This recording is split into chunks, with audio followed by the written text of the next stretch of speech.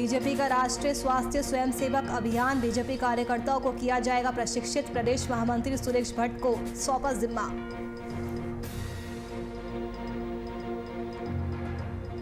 BJP की 18-19 अगस्त को स्वागत यात्रा, सांसद अजय भट्ट का किया जाएगा भव्य स्वागत। स्वागत यात्रा की तैयारियां हुई शुरू।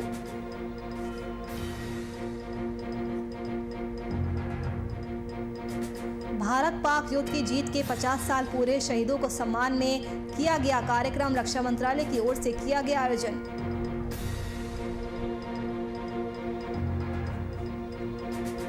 निजी स्कूलों की मनमानी पर लगी रोक, फीस एक्ट लाने जा रही है सरकार। फीस समस्याओं के हल के लिए बनेगा फीस एक्ट।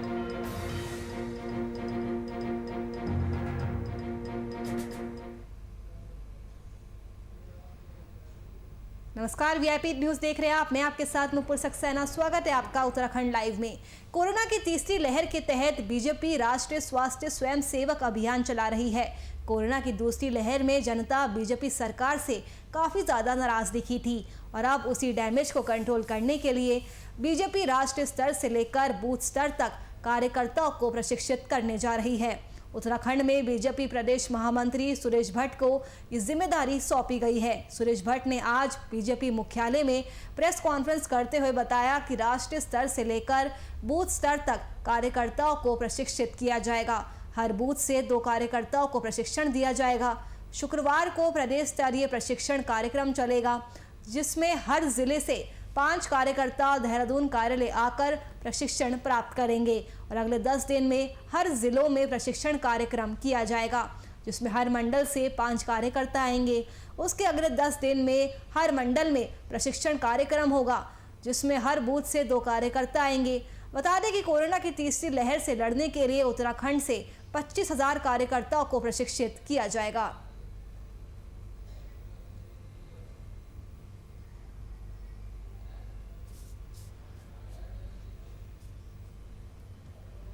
तो भारतीय लहर की आ सकती है, तो भारतीय जनता पार्टी ने एक जिम्मेदार दल के जिम्मेदार कार्यकर्ता होने के नाते इस कोरोना की संभावित तीसरी लहर को मात देने के लिए, समाज में जागरूकता लाने के लिए एक अभियान चलाया है। राष्ट्रीय स्वास्थ्य स्वयंसेवक अभियान, नेशनल हेल्थ वॉलंटियर कैंपेन। उसके तहत राष्ट्रीय स्तर से लेकर के बूथ स्तर तक कार्यकर्ताओं को हम प्रशिक्षित करने का हमने अभियान लिया है। सुरेश भट्ट से अनुरोध करूंगा, सामान्यतः कोरोना के समय पर सम्मानित सुरेश भट्ट से अनुरोध करूंगा, सुरेश भट्ट से अनुरोध करूंगा, सामान्यतः कोरोना के समय पर सम्मानित सुरेश भट्ट से अनुरोध करूंगा, सुरेश भट्ट से अनुरोध करूंगा, सामान्यतः कोरोना के समय पर सम्मानित सुरेश भट्ट से अनुरोध करूंगा, सुरेश भट्ट से अनुरोध करूंगा, सामान्यतः कोरोना के समय पर सम्मानित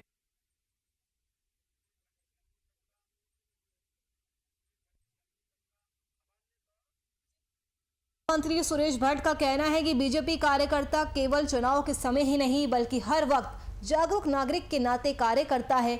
कोरोना महामारी के खिलाफ लगातार बीजेपी कार्यकर्ताओं ने काम किया है। अब विशेषज्ञ तीसरी लहर को लेकर लगातार आगाह कर रहे हैं। बीजेपी कार्यकर्ता भी राष्ट्रीय स्वास्थ्य सेवक अभियान चलाकर जनता को जागरूक करेंगे। उन्होंने कहा कि पार्टी में अब प्रदेश के बाद जिला और मंडल स्तर तक कार्यकर्ताओं की टीम का गठन किया जाएगा। बीजेपी राष्ट्रीय स्वास्थ्य स्वयंसेवक अभियान का शुभारंभ करेगी। इसके लिए कल से देहरादून में प्रशिक्षण शुरू किया जाएगा और 1 महीने के अंदर प्रदेश, जिला और मंडल स्तर पर बीजेपी के प्रशिक्षित कार्यकर्ता काम करना शुरू कर देंगे। तो कोरोना की तीसरी लहर का खतरा अभी भी बना हुआ है और बीजेपी राष्ट्रीय स्वास्थ्य स्वयंसेवक अभियान चला रही है। कोरोना की दूसरी लहर में जिस तरह से बीजेपी सरकार की काफ़ी ज़्यादा फजीयत हुई थी, जनता काफ़ी हद तक बीजेपी सरकार से नाराज़ दिखी थी और अब उसी को कंट्रोल करने के लिए, जो डैमेज हुआ है उसको कंट्रोल करने के लिए बीजेपी राष्ट्रीय स्तर से लेकर बूथ स्तर तक कार्यकर्ताओं को प्रशिक्षित करने जा रही है और इसके लिए जिम्मेदारी बीजेपी प्रदेश महामंत्री सुरेश भट्ट को दी गई है। सुरेश भट्ट ने बीजेपी मुख्यालय में प्रेस कॉन्फ्रेंस का आयोजन किया। उन्होंने जानकारी दी कि राष्ट्रीय स्तर से लेकर बूथ स्तर तक कार्यकर्ताओं को प्रशिक्षित किया जाएगा।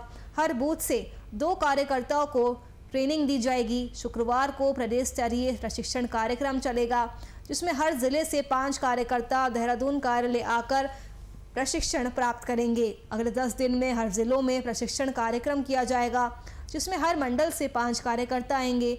उसके अगले 10 दिन में हर मंडल में प्रशिक्षण कार्यक्रम होगा, जिसमें हर बूथ से 2 कार्यकर्ता आएंगे। आपको बता दें कि कोरोना की तीसरी लहर से लड़ने के लिए उत्तराखंड से 25,000 कार्यकर्ताओं को ट्रेनिंग दी जाएगी। तो तीसरी लहर को लेकर सरकार चिंतित दिखाई दे रही है। अब बीजेपी जनता को जागरूक करने के लिए अपने कार्यकर्ताओं को प्रशिक्षित करने के लिए राष्ट्रीय स्वास्थ्य स्वयंसेवक अभियान चलाई जा रही है, जिसके तहत राष्ट्रीय स्तर से लेकर बूथ स्तर तक कार्यकर्ताओं को ट्रेनिंग दी जाएगी और इसके लिए जिम्मेदारी बीजेपी प्रदेश महामंत्री सुरेश भट्ट को दी गई है।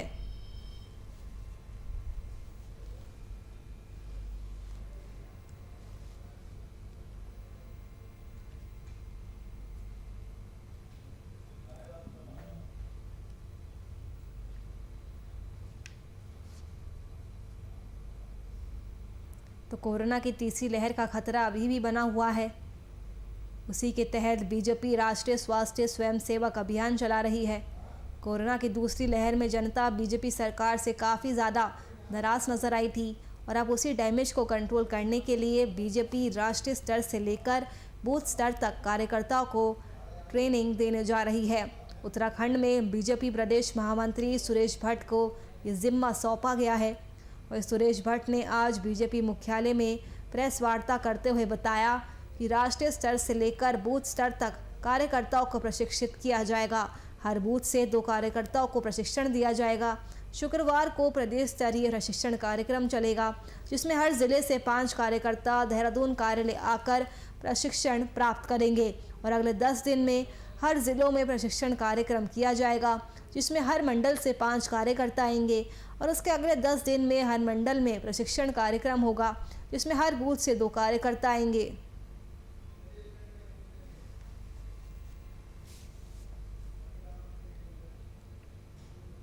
भले ही कोरोना का कहर अभी पूरी तरह से खत्म ना हुआ हो, पर बीजेपी 18 से 19 अगस्त को उत्तराखंड के नारसन बॉर्डर से भगवानपुर तक हरिद्वार में स्वागत यात्रा का आयोजन करने वाली है। ये जानकारी एक प्रेस कॉन्फ्रेंस कर उत्तराखंड के प्रदेश प्रभारी विनय रोहेला ने दी। उन्होंने कहा कि सांसद अजय भट्ट को केंद्र सरकार द्वारा केंद्रीय रक्षा राज्य मंत्री बनाए जाने पर कार्यकर्ताओं द्वारा उत्तराखंड में उनका 18 और 19 तारीख को भव्य स्वागत किया जाएगा, जिसकी तैयारियां अभी से ही शुरू कर दी गई है और बीजेपी के अलग अलग नेताओं और कार्यकर्ताओं को स्वागत यात्रा की जिम्मेदारी सौंपी गई है।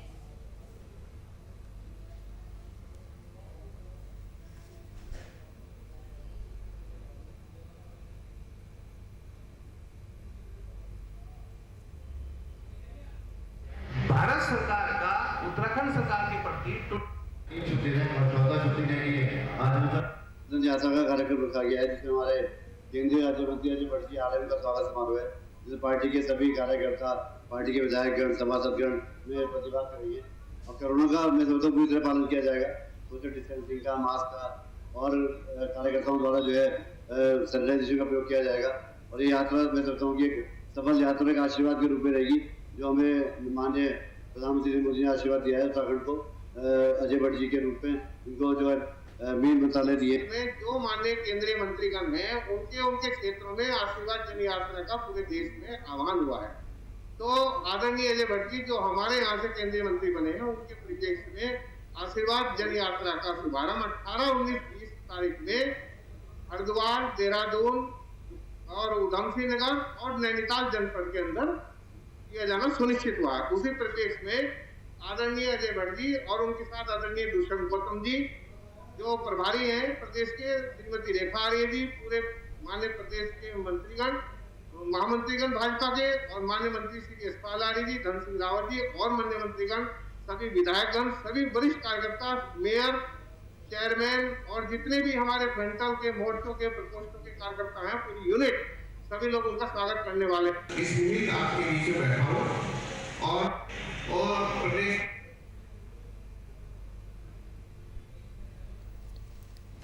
तो बीजेपी 17 अगस्त से आशीर्वाद यात्रा के साथ उत्तराखंड में अपने चुनावी अभियान की शुरुआत करेगी। नैनीताल से केंद्रीय राज्य मंत्री अजय भट्ट राजनीतिक अभियान की शुरुआत हरिद्वार के नरसैन सीमा से करेंगे। ये यात्रा मंगलौर, रुड़की, भगवानपुर, मोहन दत्त काली मंदिर से होते हुए देहरादून में बीजेपी के प्रदेश कार्यालय पहुंचेगी। 18 अगस्त को यात्रा ऋषिकेश और हरिद्वार की ओर प्रस्थान करेगी, जहां से ये उधम सिंह नगर नैनीताल की ओर जाएगी और अगले दिन अल्मोड़ा में खत्म होगी।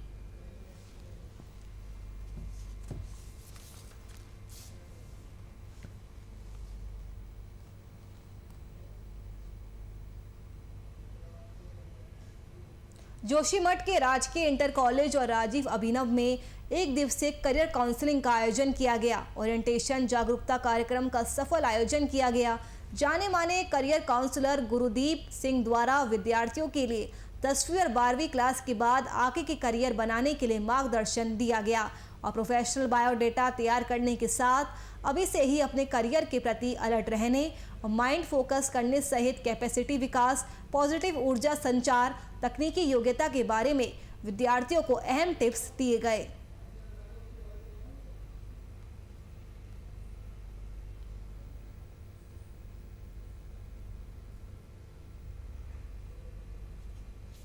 तो जोशीमठ के राजकीय इंटर कॉलेज और राजीव अभिनव में एक दिन का करियर काउंसलिंग का आयोजन किया गया। ओरिएंटेशन में जागरूकता कार्यक्रम का सफल आयोजन किया गया।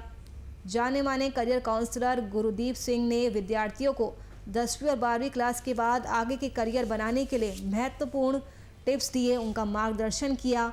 इसके अलावा काउंसलर ने स्टूडेंट्स को प्रोफेशनल बायोडेटा किस तरह से तैयार किया जाए ये भी बताया। इसके अलावा अभी से ही अपने करियर के प्रति अलर्ट रहने, माइंड फोकस करने, कैपेसिटी विकास, पॉजिटिव ऊर्जा संचार, तकनीकी योग्यता के बारे में भी विद्यार्थियों को काउंसलर गुरुदीप सिंह ने अहम टिप्स दिए।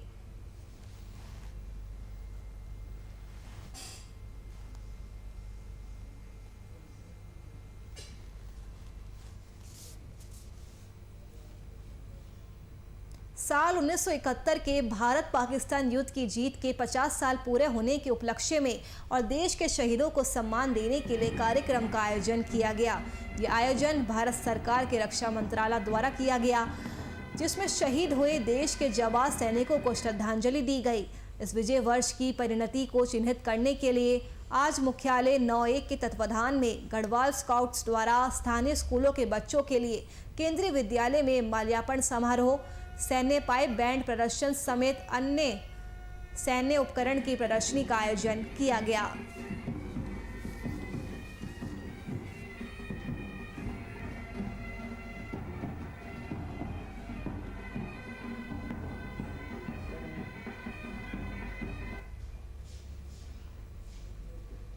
तो भारत पाकिस्तान युद्ध की जीत के 50 वर्ष पूरे हो गए हैं और इसी मौके पर और देश के शहीदों को सम्मान देने के लिए कार्यक्रम का आयोजन जोशीमठ में किया गया। आपको बता दें, ये आयोजन भारत सरकार के रक्षा मंत्रालय के द्वारा किया गया, जिसमें शहीद हुए देश के जवान सैनिकों को श्रद्धांजलि दी गई, उनके बलिदान को याद किया गया। इस विजय वर्ष की परिणति को चिन्हित करने के लिए आपको बता दें कि गढ़वाल स्काउट्स द्वारा स्थानीय स्कूलों के बच्चों के लिए केंद्रीय विद्यालय में माल्यार्पण समारोह, सैन्य पाइप बैंड प्रदर्शन, सैन्य उपकरण की प्रदर्शनी का आयोजन किया गया।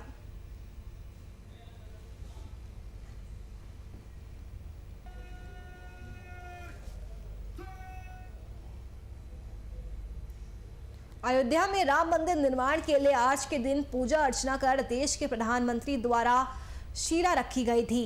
इस शुभ मुहूर्त के 1 वर्ष पूरा होने पर हरिद्वार में भी लोगों ने इस पर्व को हर्षोल्लास के साथ मनाया। हरिद्वार के लोगों ने मिठाई बांटकर देश के प्रधानमंत्री को धन्यवाद दिया। भगवान राम, जो कि मर्यादा पुरुषोत्तम थे, उनके जीवन को आदर्श के रूप में लेकर चलने का लोगों से निवेदन भी किया गया। पंडित अधीर कौशिक और डॉक्टर विशाल गर्ग ने इसे ऐतिहासिक बताया। उन्होंने कहा कि भगवान राम हिंदुओं के दिल में बसते हैं और श्री राम का नाम लेने से ही पापों का हरण हो जाता है।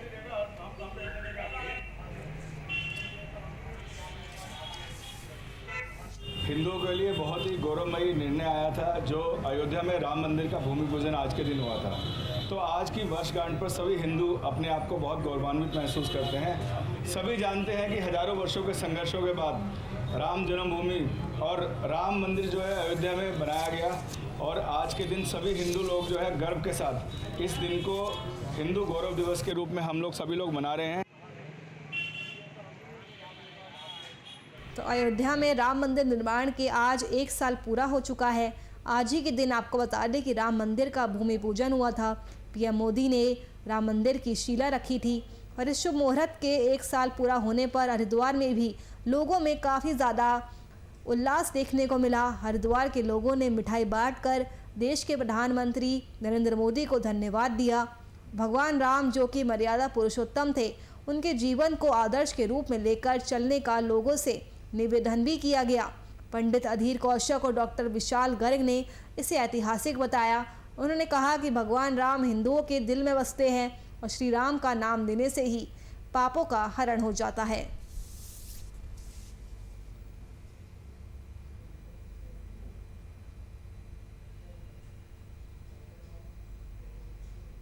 उत्तराखंड में निजी स्कूलों की मनमानी पर रोक लगाई जा सके, इसके लिए सरकार फीस एक्ट लाने जा रही है। शिक्षा मंत्री अरविंद पांडे ने कहा कि फीस एक्ट इस प्रदेश का वह संकल्प है। आम अभिभावकों को किसी भी कीमत पर ठगने नहीं दिया जाएगा। इस एक्ट के पीछे जो सरकार की भावना है वह किसी को फायदा पहुंचाना या किसी को नुकसान पहुंचाने के मकसद से ऊपर उठकर काम करने की है। अगर कोई स्कूल बच्चों को सुविधा देता है तो वो फीस ले सकता है, हम उसको नहीं रोकेंगे। जो स्कूल बच्चों को सुविधा नहीं दे रहा है वो फीस नहीं ले सकता है। इस प्रकार की समस्याओं के हल के लिए फीस एक्ट बनाया जाएगा। फी एक्ट इससे प्रदेश का वह संकल्प है कि जो आम अभिभावकों को किसी कीमत पर ठगने नहीं दिया जाएगा। और इस एक्ट के पीछे जो सरकार की भावना है वह किसी को फ़ायदा पहुंचाना या किसी को नुकसान पहुंचाना, इस उद्देश्य से वो बहुत ऊपर उठकर हम काम कर रहे हैं। अगर जो कोई स्कूल अभिभावकों को उनके बच्चों को सुविधा देता है तो जो सुविधा देता है वह फीस वो ले सकता है, हम उसको नहीं रोकेंगे। लेकिन जो स्कूल बच्चों को अभिभावकों को जो सुविधा देता ही नहीं है उसकी वह फीस नहीं ले सकता है। फी एक्ट इससे प्रदेश का वह संकल्प है कि जो आम अभिभावकों को किसी कीमत पर ठगने नहीं दिया जाएगा। और इस एक्ट के पीछे जो सरकार की भावना है वह किसी को फ़ायदा पहुंचाना या किसी को नुकसान पहुंचाना, इस उद्देश्य से वो बहुत ऊपर उठकर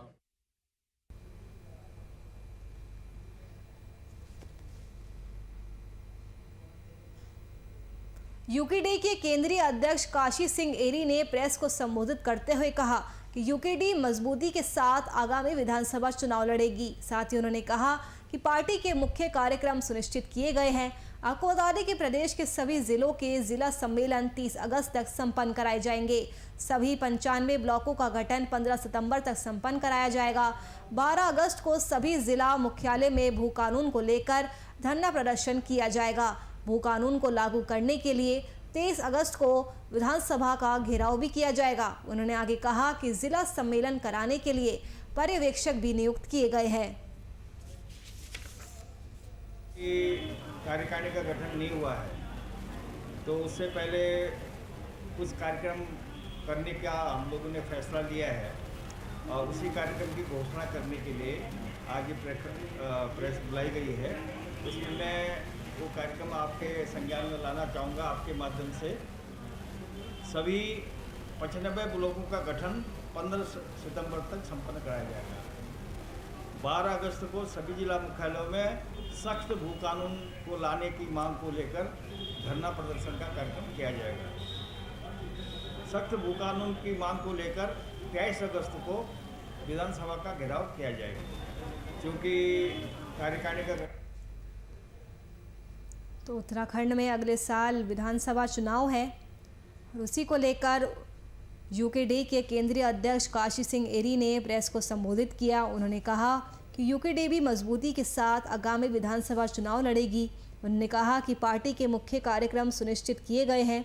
आपको बता दें कि प्रदेश के सभी जिलों के जिला सम्मेलन 30 अगस्त तक संपन्न कराए जाएंगे। सभी 95 ब्लॉकों का गठन 15 सितंबर तक संपन्न कराया जाएगा।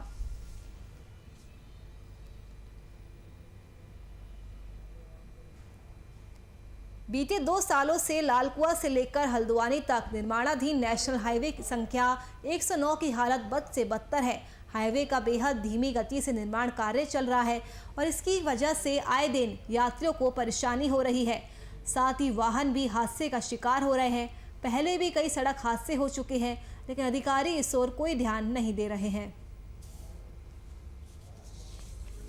ये जल्दी से जल्दी बन जाए और दुर्घटनाएं बहुत हो रही हैं। आए दिन एक्सीडेंट हो रहे हैं। मोटरसाइकिल वाले तो आए दिन एक्सीडेंट हो गए, कोई तो कैजुअलिटी मर भी रहे हैं और गाड़ी में बहुत बड़ा नुकसान है और बहुत ही ज़्यादा दिक्कत। जाम लगता कभी तो बहुत देर तक जाम लगा रहता है। नुकसान तो है ही बहुत ज़्यादा और प्रदूषण भी है, बहुत लकड़ से भी बहुत ज़्यादा दिक्कत है। सरकार दीजिए जल्दी से जल्दी सुनवाई हो और जल्दी से जल्दी रोड बने, यहाँ के लोगों को थोड़ा सा ये सब चीज़ों से निजात मिले।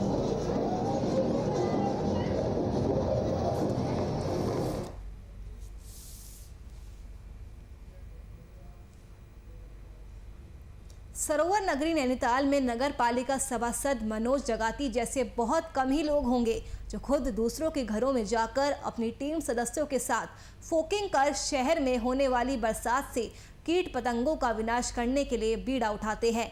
आपको बता दें कि नगर पालिका सभासद मनोज जगाती और टीम के सदस्यों ने बरसात में पनपने वाले मच्छरों, कीड़े मकोड़ों से निजात पाने का जिम्मा उठाया है। मनोज जगाती और उनकी टीम के राधा स्वामी सत्संग द्वारा दी गई फोकिंग मशीन से हर वार्ड को मच्छरों और कीड़ों से निजात दिलाया जा रहा है।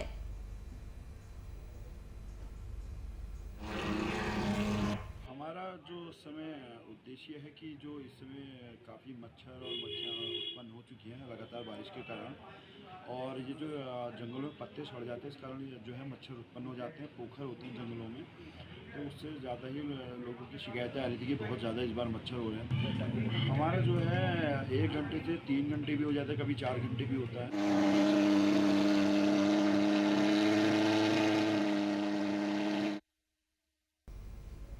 तस्वीरों के जरिए आप देख सकते हैं कि मच्छरों को नष्ट करने के लिए फोकिंग की जा रही है। आपको बता दें कि नगर पालिका सभासद मनोज जगाती और उनकी टीम ने ये जिम्मा उठाया है जो खुद दूसरों के घरों में जाकर अपनी टीम सदस्यों के साथ फोकिंग कर शहर में होने वाली बरसात से कीट पतंगों का विनाश करने के लिए बीड़ा उठाते हैं। नगर पालिका सभासद मनोज जगाती और टीम के सदस्यों ने बरसात में पनपने वाले मच्छरों, कीड़े मकोड़ों से निजात पाने का जिम्मा लिया है। मनोज जगाती और उनकी टीम के राधा स्वामी सत्संग द्वारा दी गई फोकिंग मशीन से हर वार्ड को मच्छरों और कीड़ों से निजात दिलाया जा रहा है, क्योंकि बरसात के मौसम में मच्छरों और कीड़ों से हर कोई परेशान हो जाता है। और अब नगर पालिका सभासद मनोज जगाती जैसे बहुत ही कम लोग हैं जो खुद दूसरों के घरों में जाकर अपनी टीम सदस्यों के साथ फोकिंग कर रहे हैं। शहर में होने वाली बरसात से कीट पतंगों का विनाश करने के लिए उन्होंने ये जिम्मेदारी अपने कंधों पर ली है। तो मच्छरों को नष्ट करने के लिए फोकिंग की जा रही है। तस्वीरों के जरिए आप देख सकते हैं नगर पालिका सभासद ने बीड़ा उठाया है। नैनीताल में नगर पालिका सभासद मनोज जगाती जैसे बहुत ही कम लोग हैं जो खुद दूसरों के घरों में जाकर अपनी टीम सदस्यों के साथ फोकिंग कर शहर में होने वाली बरसात से कीट पतंगों का विनाश करने के लिए बीड़ा उठाते हैं।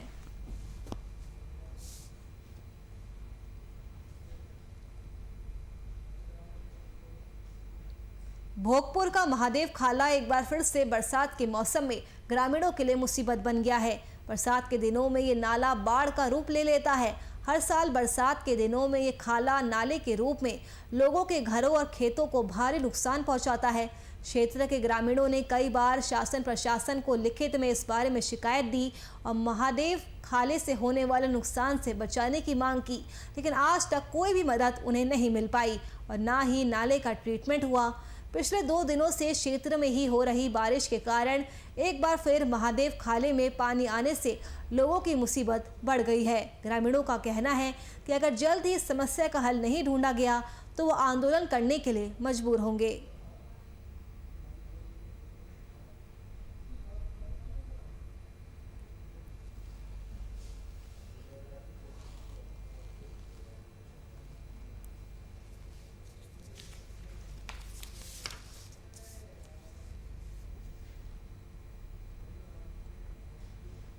चमोली जिले में समुद्र तल से 13,000 फीट की ऊंचाई पर सोना शिखर के पास स्थित चेनाब घाटी गूगल पर तो है, लेकिन उत्तराखंड के पर्यटन मानचित्र में नहीं।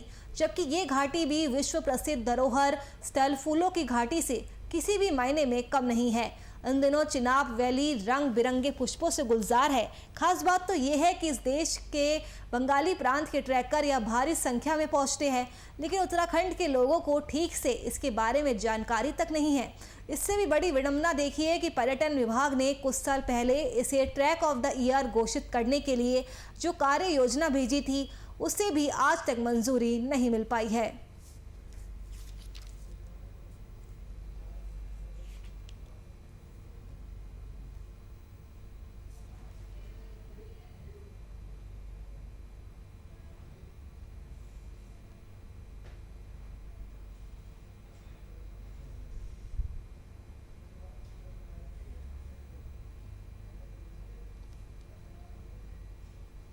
चलिए फिलहाल के लिए इस बुलेटिन में मेरे साथ इतना ही। देश और दुनिया की तमाम खबरों के लिए आप देखते रहिए VIP न्यूज़। नमस्कार।